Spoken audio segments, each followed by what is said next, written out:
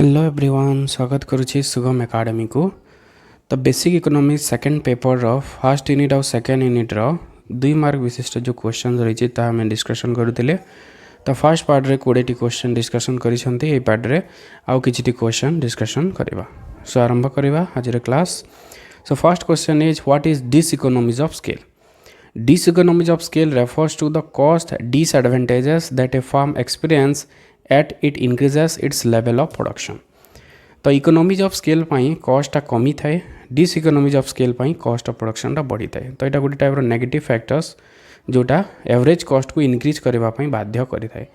जमी जितेबाला इनपुट अधिक इनपुट्र डिमांड बढ़ तो इनपुट्र प्राइस बढ़ी इनपुट्र प्राइस बढ़ले कॉस्ट ऑफ प्रोडक्शन बढ़ी ता सहित मैनेजेरियल इनएफिशिएंसी हम मैंने मैनेज करा जाय पारिबो नहीं जितेबाला अधिक प्रोडक्शन हम। Okay, so those factors which causes average cost to increase, average cost को जोटा इनक्रीज करता है those are diseconomies of scale. तो एवरेज कॉस्ट जो डिक्रीज होता है यहाँ इकोनॉमीज ऑफ स्केल पर डिक्रीज होता है और डिसइकोनॉमीज ऑफ स्केल पर average cost of production increase होता है। Okay, next question what is average revenue. The revenue per unit of output is called average revenue. गोटे आउटपुट बिक्री कला परे जो रेवेन्यू पाई था। Okay, average revenue is equal to total revenue is divided by quantity of goods.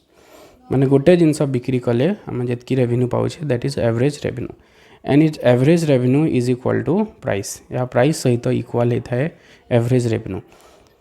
Okay, it can be calculated by dividing total revenue with quantity of output. What is marginal revenue? The change in total revenue due to sale of one additional unit of a good is called marginal revenue. गोटे extra product बिक्री करने फल total revenue रे जो change होता है that is the marginal revenue. Extra गोटे द्रव्य यदि आम बिक्री कले टोटाल रेवेन्यू रे जो चेंज हो that is marginal revenue. What is competitive market. Competitive market कौन जोटा आम परफेक्ट कंपटीशन मार्केट भी कही था। Competitive market is the market of large number of sellers selling homogeneous product. बहुत सारा विक्रेता थांती बाजार रे और होमोजेनियस प्रोडक्ट माने जो भी गुड्स बिक्री होता है सब गुड्स क्वालिटी सामान होता है। Okay, and in this market there is no restriction in entry and exit. Entry exit रे किसी भी रेस्ट्रिक्शन नहीं, जे चाहिए प्रोडक्शन करें, जे चाहिए प्रोडक्शन को बंद करें। A single price is charge by all farms. यही मार्केट रे गोटे सिंगल प्राइस रही है, समस्ते से प्राइस रे बिक्री करी थांती। Okay, next question what are the condition for profit maximization of a firm in perfect competition market. तो कौन कौन कंडीशंस माने रही प्रॉफिट मैक्सिमाइज करने। So basically there are two condition of profit maximization. गोटे हो first order condition FOC, that is marginal revenue must be equal to marginal cost, and second order condition that is marginal cost cuts MR curve from below। तार अर्थ हो the slope of marginal cost curve must be more than the slope of marginal revenue। marginal cost curve slope टा अधिक होथबो कहा ठारू marginal revenue ठारू। तो ये दुईटी condition रही परफेक्ट कंपटीशन में सब मार्केट रे कंडीशन फुलफिल होता है। 26 next question what is break even point। when total revenue becomes equal to total cost or average revenue is equal to average cost it is called break even point। तो जिते बेले average revenue average cost सहित सामान हुए बा total revenue total cost सहित सामान हुए सेते बेले ताकू आमे ब्रेक इवन पॉइंट कहि थाउ। तो ब्रेक इवन पॉइंट रे गोटे फार्म रो नॉर्मल प्रॉफिट होता है और we can say this is zero profit जहाँ को आम जीरो प्रॉफिट कही था। Next is what is profit. Profit कौन basically profit is the difference between total revenue and total cost. When total revenue becomes more than total cost जिते बेले total revenue अधिक होता है टोटल कॉस्ट ठारू सेते बेले गोटे फार्म रो प्रॉफिट होता है। Farms earn profit. Profit can be possible when price is more then average cost. Price जिते बेले अधिक होगा एवरेज कॉस्ट ठारू सेते बेले गोटे फार्म रो प्रॉफिट होबो। What is loss. When total cost is more than total revenue the firm incur losses. Total cost जदि अधिक है टोटल रेवेन्यू रु तो फार्म रो लॉस होता है। Loss occurs when price is less than average cost. सेते बेले प्राइस टा लेस देन होता है एवरेज कॉस्ट रु सेते बेले लॉस होता है गोटे फार्म रो। Next question what is shutdown point. Shutdown मान हूँ बंद करवा okay price is equal to average variable cost is called shutdown point of a firm price is equal to average variable cost a producer does not produce when price becomes less than average variable cost he shuts down तो जितेबले price कम हो जाए average variable cost रु जदि कम है से गोटे farm कौन करें प्रोडक्शन को बंद करें कहीं बंद करे एटलिस्ट चेष्टा करिवो कि जो रॉ मटेरियल्स लेबर रे जो खर्चा आसुची एटलिस्ट सेटा ही कवर हो जदि प्राइस सेटा भी जदि कवर करि पारिला नाही ताहले फार्म बाध्य है कि शटडाउन करिथाय बा बंद करिथाय production that is shutdown point what is increasing cost industries an increasing cost industry is an industry in which the cost of production rises as industry expands increasing cost industry कौन अटे जदि output production अधिक होउची ताहले कौन हम जो average Costa धीरे धीरे बढ़ी प्रोडक्शन खर्चटा बढ़ी बढ़ी जीव से इंडस्ट्री रे that is called increasing cost industry in case of increasing cost industry जो लॉन्ग रन इंडस्ट्री सप्लाई कर्वटा अपवर्ड स्लोपिंग होता है okay long run industry supply curve becomes upward sloping in case of increasing cost industry कारण production जिते अधिक हम खर्च अधिक हेल्ले प्राइस भी बढ़ी बढ़ी जीव what is decreasing cost industry And decreasing cost industry is an industry in which the cost of production declines as industry expands. Just opposite होची increasing cost industry रो तो ये जगह रे जिते बेले अधिक प्रोडक्शन हुए कौन हुए कॉस्ट कमी कमी चले इन case of decreasing cost industry the long run industry supply curve becomes downward sloping तो डाउनवर्ड स्लोपिंग होता है ये टाइप रो होता है इन case of decreasing cost industry long run industry supply curve becomes downward sloping Then what is constant cost industry? A constant cost industry is an industry where cost of production remains unchanged as industry expand or contracts.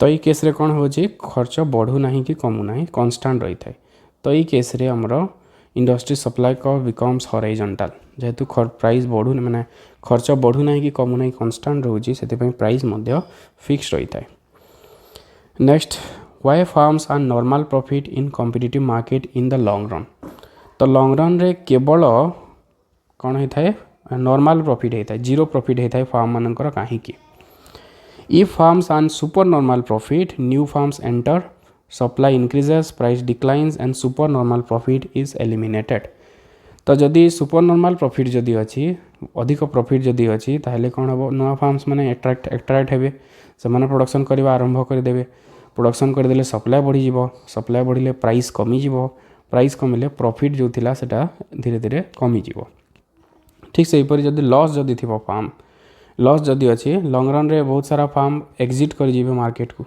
Leave the market तो से supply कमी तो price बढ़ी price बढ़िले जो लॉसटा थिबा सेटा कौन हो एलिमिनेट हो तो से so firms have normal profit in the long run से सब बेले नॉर्मल प्रॉफिट होता है perfect competition market in the long run what is value of marginal product the value of marginal product is the additional revenue a firm earns by employing one more unit of a variable input keeping other input constant तो गोटे extra input जिते बेले use करुछि suppose labour use कला गोटे extra labour use करबा फल रे हमर जो एडिशनल रेवेन्यू जनरेट होछि गोटे एक्स्ट्रा लेबर पई जो एडिशनल रेवेन्यू जनरेट होछि that is the value of marginal product गोटे एक्स्ट्रा केते हमें अर्निंग करि पारुछि सेही लेबर पई that is the value of marginal product it can be obtained by multiplying marginal product with price केते एक्स्ट्रा से प्रोडक्शन करुछि सपोज 10टा यूनिट प्रोडक्शन कला आ गोटे को आम 20 टंका बिक्री कले तो 200 टंका से एडिशन कला that is the value of marginal product next question why does labour demand curve shift labour demand curve केते बेले शिफ्ट होता है when non wage determinants wage को छाड़ी जदि अलग determinants of labour like price of good रो price जदि चेंज है कि टेक्नोलॉजिकल चेंज जदि है से केस रे कौन होता है जो मार्जिनल प्रोडक्टिविटी चेंज होता है बढ़ी थाए कमी थाए तो सेते बेले लेबर डिमांड कर शिफ्ट होता है because of changes in determinants when labour demand increases जदि लेबर डिमांड जदि इंक्रीज होची लेबर डिमांड जदि इंक्रीज है ताले लेबर डिमांड कर्वटा राइटवर्ड शिफ्ट हम आ जदि लेबर डिमांड जदि डिक्रीज करुछि ताले लेफ्टवर्ड शिफ्ट होबो. Okay. Next question, what is equilibrium wage rate? The wage rate at which demand for labor is equal to supply of labor, that is called equilibrium wage rate. तो labour demand और labour supply जो wage rate रे equal होता है, that is called equilibrium wage rate. Equilibrium wage rate is a stable wage rate which brings labour market equilibrium. तो यहाँ गोटे stable wage rate जोटा कौन करें लेबर मार्केट रे इक्विलिब्रियम आनी थाए, माने लेबर डिमांड और लेबर सप्लाई को इक्वल करी थाए. Next is, what is rental price of capital? The price paid to use capital for a limited period of time is called rental price of capital. जिते बेले आम capital को किसी समय पर यूज करूँ, सपोज गोटे जिन ट्रैक्टर गोटे भड़ा आनिले तो लिमिटेड पीरियड पर आम ताको यूज करूचे, लिमिटेड पीरियड पर आम तार मालिक होचे, that is the rental price of capital. Okay, जो भड़ा आम कही था that is the rental price of capital. And what is purchase price of capital? Purchase price of capital is the price paid to own capital. आम जिते बेले own करुचे मालिक होचे for unlimited period of time, सब दिन जिते बेले मालिक हो जाउछे गोटे कैपिटल रो, सेथिपई जो पेमेंट आम दउछे that is the purchase price of capital. So by paying purchase price we get permanent ownership of the capital. तो जिते बेले आम परचेज प्राइस पे करुचे सब दिन पई से कैपिटल उपरे ओनरशिप राइट पाउछे. Okay, so this is the purchase price of capital. तो ये क्लास रे हमें किछटा क्वेश्चन डिस्कशन कले, 2 mark questions from unit 1 and unit 2 basic economics second paper from +3 second semesters. So I hope this class might be helpful for you. Next class रे हमें focus करबा 3 mark questions, 3 marks और 5 mark question उपरे. So thanks for watching this video.